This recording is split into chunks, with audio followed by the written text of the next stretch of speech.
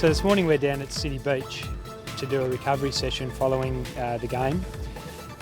One of the reasons we come down here is if you have a look out, you can obviously see how nice and pleasant it is, and I think for the boys to be able to do a recovery here rather than at the club psychologically gives them some benefits as well.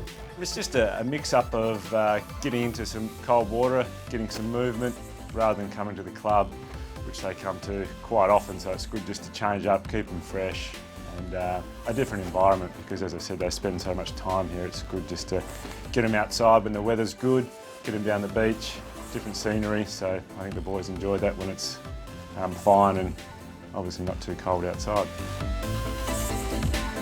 The main reason for going for the walk first is just to help the muscles with an active recovery. So some sort of low level activity helps the boys get rid of some of that soreness, also gets them going before they do their particular stretching activities as well.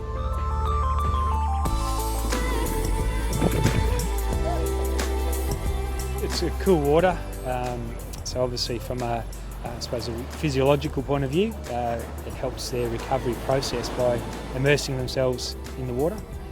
Obviously for our boys as well, with the waves, it means that they tend to stay in there a little bit longer if they've got something to do. So recovery back 10 years ago was just mainly water recoveries, a bit of a stretch. Nowadays the difference is that it's more inclusive and holistic in terms of that recovery entails diet, sleep, as well as your water recovery. So there's a lot more to it. There's a lot more research that's gone into it. So it's a lot more holistic and covers a lot more areas. It's not just your stock standard water recoveries. That's just where the game is now. I mean, as soon as the game's finished, it's all about your recovery, preparation for the next week. So you probably spend the first 2 or 3 days after a game, physio, screening, massages, ice bins.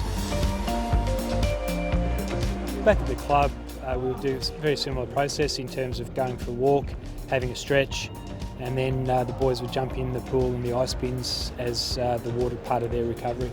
Obviously cold plays a big part in recovery in terms of shutting down any micro-trauma, any bleed from bumps and bruises from the game. So we recommend post-weight sessions to do a bit of a contrast, hot-cold, sort of 2 minutes in the pool, 2 minutes in the heat, just to get a bit of a flush. Hot is useful, but it's obviously post-game not ideal because you would have had the bumps and bruises and you don't want them bleeding. So post 72 hours, then it starts to come into play, and guys sometimes do it pre-training, get in the spa, just to warm the joints up and the muscles up to loosen them up. Some of the old blokes would say that we shouldn't even be sore, us young blokes, because we are so young. But yeah, you do feel it for the first couple of days after a game. But yeah, the recovery is obviously a very important thing in AFL these days, and yeah, you don't shy away from that, so you get yourself ready.